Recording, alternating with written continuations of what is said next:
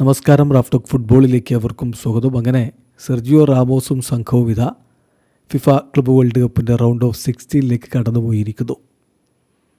ഗ്രൂപ്പിലെ അവസാന മത്സരത്തിൽ അവർ തകർപ്പൻ ജയമാണ് ജാപ്പാനീസ് ക്ലബ്ബായിട്ടുള്ള ഉറാവ റെഡ്സിനോട് നേടിയിരിക്കുന്ന ഏകപക്ഷീയമായ 4 ഗോളിൻ്റെ വിജയം.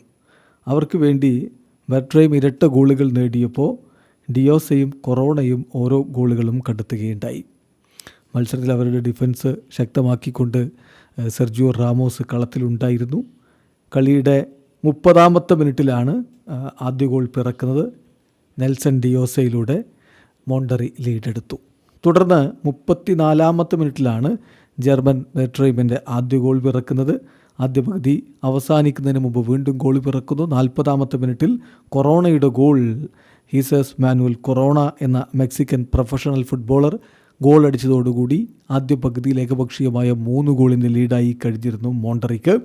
രണ്ടാം പകുതിയിൽ കളിയുടെ അവസാനത്തിൽ വീണ്ടും ജർമ്മൻ ബെർട്രൈമിൻ്റെ ഗോൾ വന്നതോടുകൂടി ഏകപക്ഷീയമായ 4 ഗോളിൻ്റെ തകർപ്പൻ വിജയം തന്നെ അവർ സ്വന്തമാക്കി.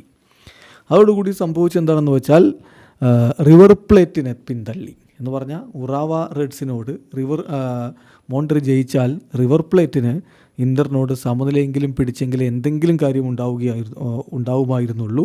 അതുമില്ലാതെയാക്കി. മാത്രമല്ല ഗോൾ അടിച്ചുകൊണ്ട് തങ്ങളുടെ ഗോൾ ഡിഫറൻസ് വർദ്ധിപ്പിക്കാനും ഒക്കെ ശ്രമിച്ചു മോണ്ടറി. അതിൻ്റെയൊക്കെ ഫലമായിട്ട് ഇൻ്ററിന് പിന്നാലെ 2ാം സ്ഥാനക്കാരായിട്ട് ഗ്രൂപ്പ് ഇയിൽ നിന്ന് ഇതാ ഫിഫ ക്ലബ്ബ് വേൾഡ് കപ്പിൻ്റെ റൗണ്ട് ഓഫ് 16 സെർജിയോ റാമോസും സംഘവും കടന്നിരിക്കുന്നു.